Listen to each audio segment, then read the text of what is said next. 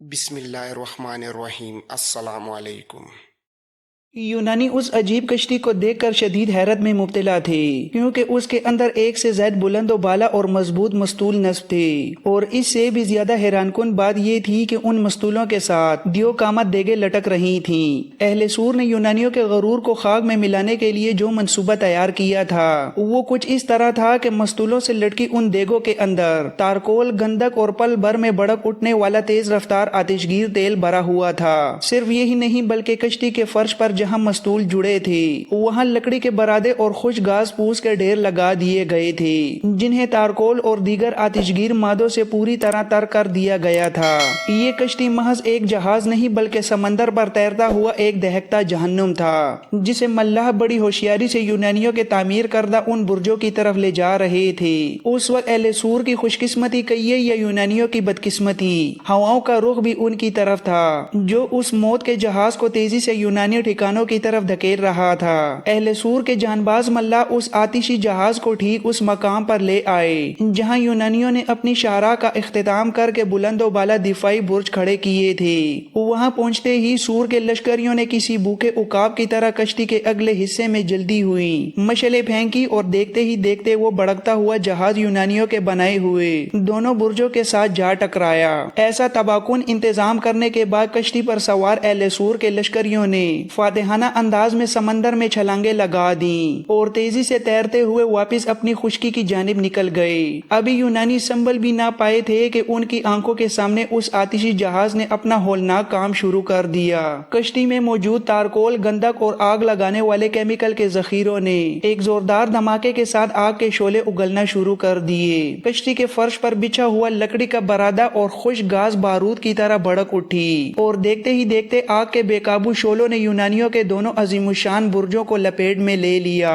جب وہ کشتی توازن بگڑنے سے سمندر میں الٹی تو اس کے اندر موجود کھولتا آتشگیر مادہ برجوں کے پایوں کے قریب پھیل گیا، جس سے آگ کی شدت اس قدر بڑھی کہ فضا بادلوں کی گرجدار اور ہیبتناک آوازوں سے تھرانے لگی۔ آگ کے شعلے آسمان سے باتیں کرنے لگے، اور عین اسی دوران جب تپش کی تاب نہ لا کر کشتی کے بھاری بھرکم مستول جلے تو وہ ایک دھماکے سے یونانی برجوں پر جا گرے۔ ان مستولوں کے ساتھ لٹکتی آتشگیر مادے کی دیگیں کسی بم کی طرح پھٹ گئیں، اور کھولتا ہوا تیل برجوں کے اندرونی حصوں میں سرایت کر گیا، جس نے اس آگ کو ایک نہ رکنے والے طوفان میں بدل دیا۔ وہ مضبوط اور دیو قامت برج جن پر یونانیوں کو بڑا ناز تھا چند ہی لمحوں میں جل کر راکھ کا ڈھیر بن گئے، اور ان کا وجود سمندر کی لہروں میں گم ہو گیا۔ یہ ہولناک منظر اور اپنی محنت کو یوں خاک میں ملتا دیکھ کر یونانیوں پر سکتہ طاری ہو گیا، اور سکندر کی پیشانی پر فکر کی گہری لکیریں ابھر آئیں۔ اس نازک موڑ پر سکندر نے دوبارہ اپنے سالاروں کا ہنگامی اجلاس طلب کیا۔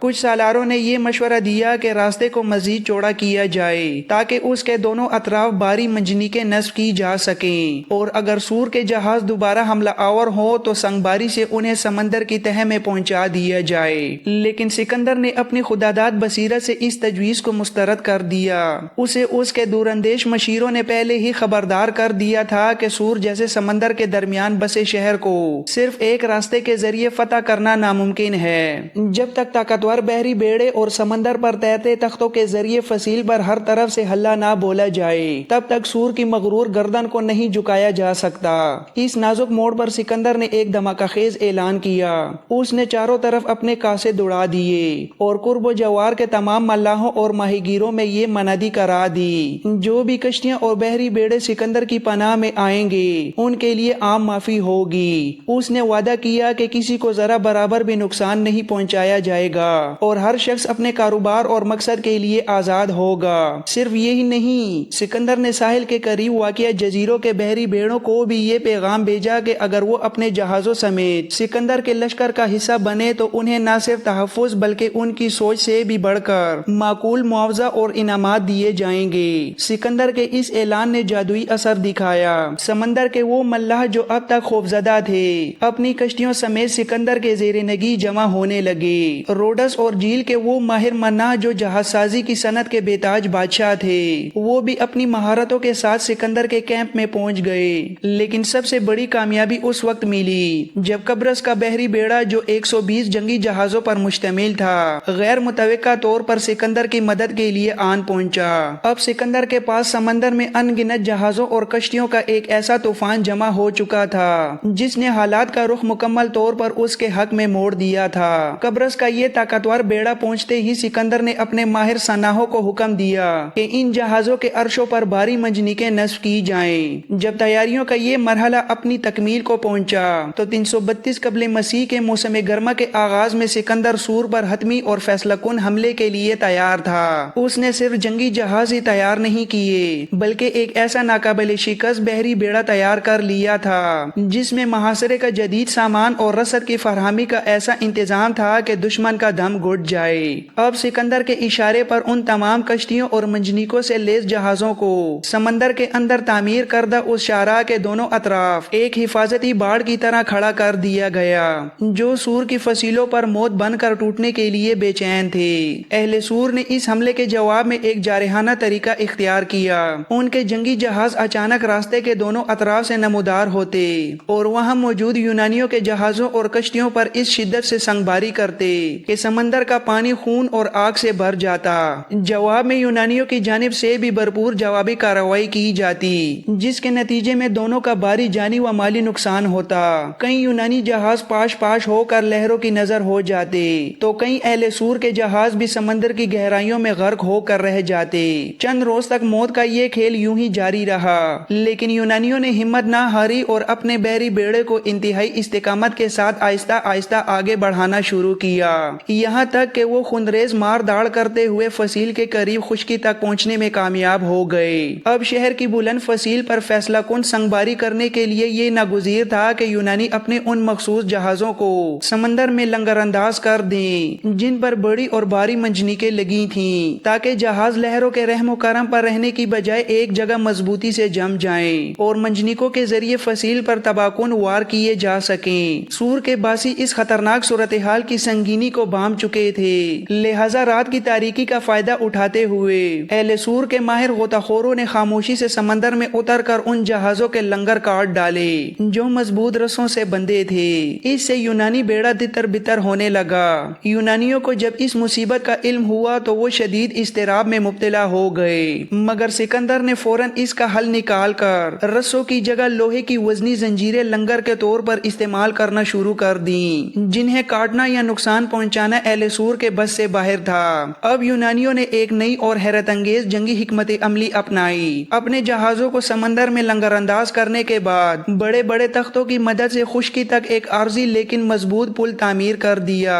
جس کے ذریعے بکھرے ہوئے لشکری جہازوں سے اتر کر تیزی سے خشکی پر چڑھ دوڑے۔ اسی اثنا میں فصیل پر منجنیقوں سے ایسی خوفناک سنگباری کی گئی کہ فصیل کے دو مقامات پر بڑے شگاف پڑ گئے اور پتھروں کی دیواریں ریت کے ڈھیر کی طرح ڈھیر ہو گئیں۔ آخرکار یونانیوں نے ایک چیختے طوفان کی طرح شہر پر ایسا زوردار اور فیصلہ کن حملہ کیا کہ وہ فصیل کے ٹوٹے ہوئے حصوں سے شہر کے قلب میں داخل ہونے میں کامیاب ہو گئے۔ شہر کی گلی کوچوں میں تھوڑی دیر تک انتہائی خوفناک اور خونی جنگ ہوئی، لیکن یونانیوں کی برتری اور سکندر کی ہیبت کے سامنے اہل سور زیادہ دیر تک ٹک نہ سکے اور انہیں ایک عبرتناک اور بدترین شکست کا سامنا کرنا پڑا۔ اس خونی معرکے کے نتیجے میں سور کے تقریباً 8,000 لشکری موت کے گھاٹ اتار دیے گئے، جبکہ 30,000 کے قریب افراد کو قیدی بنا کر غلاموں کے بازار میں فروخت کر دیا گیا۔ فتح کے بعد سکندر اعظم اپنے سالاروں اور ساتھیوں کے ہمراہ فاتحانہ انداز میں شہر کے اس حصے میں داخل ہوا جہاں ہرکولیس کا عظیم الشان مندر قائم تھا۔ یونانیوں نے سب سے پہلے وہاں اپنی روایتی قربانی کی رسم ادا کی اور پھر مندر کے سامنے وسیع و عریض چوک میں اپنی عظیم فتح کا جشن منایا جس کی گونج پورے خطے میں سنی گئی۔ سور شہر کا یہ صبر آزما اور کٹھن محاصرہ مسلسل 7 ماہ تک جاری رہا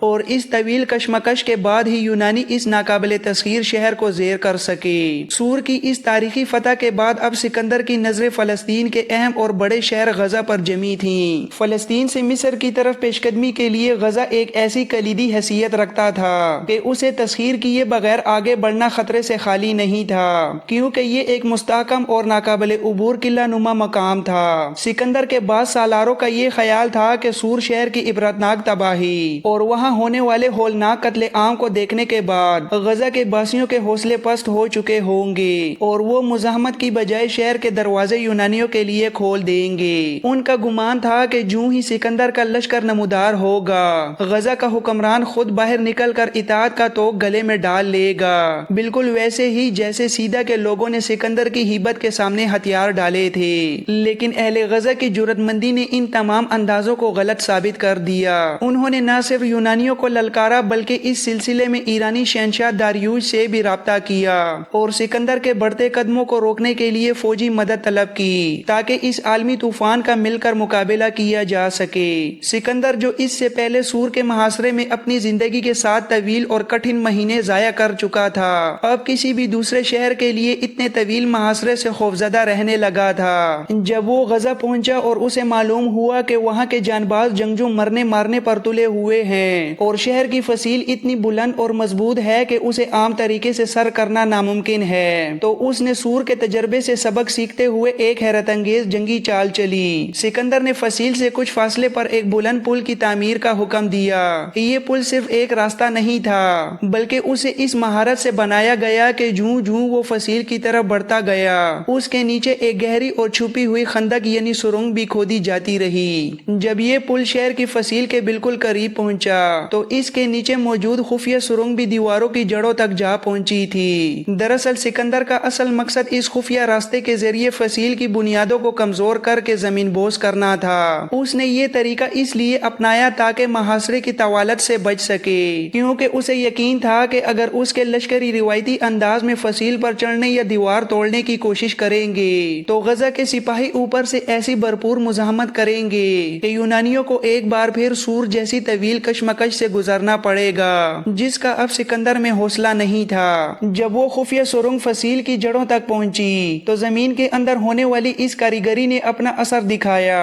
اور فصیل کا بڑا حصہ دھماکے کے ساتھ زمین بوس ہو گیا، جس سے یونانیوں کو شہر میں داخل ہونے کا راستہ مل گیا۔ لیکن غزہ کے جانبازوں نے ہار نہ مانی اور شہر کے اندر موجود مٹھی بھر لشکر نے اس دلیرانہ انداز میں مقابلہ کیا کہ تاریخ دنگ رہ گئی۔ ایک ایک لشکری مردانہ وار لڑتا ہوا اپنی جان جانے آفری کے سپرد کر گیا۔ آخرکار خون کا دریا عبور کرنے کے بعد یونانیوں نے اس مستحکم قلعے پر فتح کا جھنڈا گاڑ دیا۔ غزہ کے لوگوں نے اپنی شکست کو تو تسلیم کر لیا لیکن دم توڑتے ہوئے بھی سکندر کے خلاف ایسی جرأت مندانہ کارروائی کی جس سے اس کے ہوش اڑ گئے۔ ایک گمنام لشکری نے منجنیق سے اس قدر درست نشانہ لے کر بھاری پتھر پھینکا جو سیدھا سکندر کی جانب آیا۔ وہ پتھر اتنی رفتار سے گرا کہ اس نے سکندر کی مضبوط ڈال کو 2 ٹکڑے کر کے رکھ دیا اور وہاں سے اچھل کر سیدھا سکندر کے شانے پر لگا، جس سے اس کے کندھے کی ہڈی چٹک گئی اور شدید درد سے تڑپ اٹھا۔ غزہ کو فتح کرنے کے بعد سکندر نے انتقام کی آگ میں جلتے ہوئے شہر کی تمام عورتوں اور بچوں کو قیدی بنا کر غلاموں کے بازاروں میں بیچ ڈالا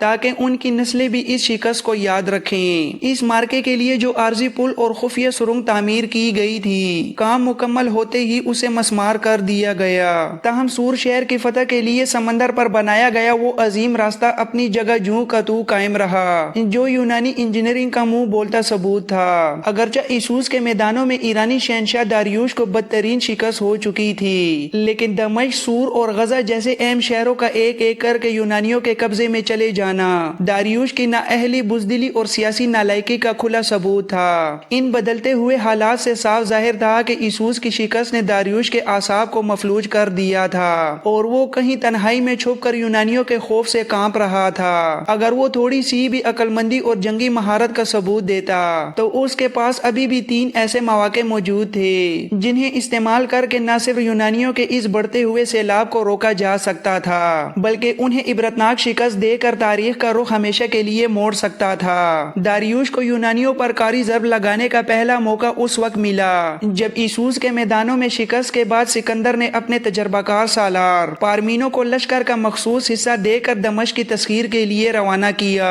اگر داریوش ذرا بھی بیدار ہوتا اور اس کے جاسوس حالات پر کڑی نظر رکھتے تو اسے فوراً علم ہو جاتا کہ یونانی لشکر 2 حصوں میں تقسیم ہو چکا ہے۔ ایسے میں وہ بجلی کی تیزی سے پلٹ کر پارمینوں کے دستوں پر ٹوٹ پڑتا تو نہ صرف دمشق دمشق یونانیوں کے قبضے میں جانے سے بچ جاتا، بلکہ پارمینوں سمیت سارے یونانی لشکر کا صفایا ہو جاتا، جس سے سکندر کو ایسا ناقابل برداشت زخم لگتا کہ اس کی کمر ٹوٹ جاتی۔ لیکن داریوش نے اپنی تاریخی حماقت کی وجہ سے دمشق کو یونانیوں کی جولی میں ڈال دیا۔ اس کی دوسری غلطی وہ تھی جب سکندر نے سور شہر کا رخ کیا اور پورے 7 مہینے تک اس کے محاصرے میں پھنسا رہا۔ ان 7 ماہ کی طویل مدت کسی بھی بادشاہ کے لیے اپنی بکھری طاقت کو یکجا کرنے اور بھرپور تیاری کے لیے کافی تھی۔ اگر داریوش اپنی جنگی تیاریوں کو مکمل کر کے میدان میں نکلتا اور سور کے نواح میں یونانیوں پر اچانک شبخون مارتا یا کم از کم گوریلا جنگ ہی چھیڑ دیتا تو جنگ کا نقشہ بدل سکتا تھا۔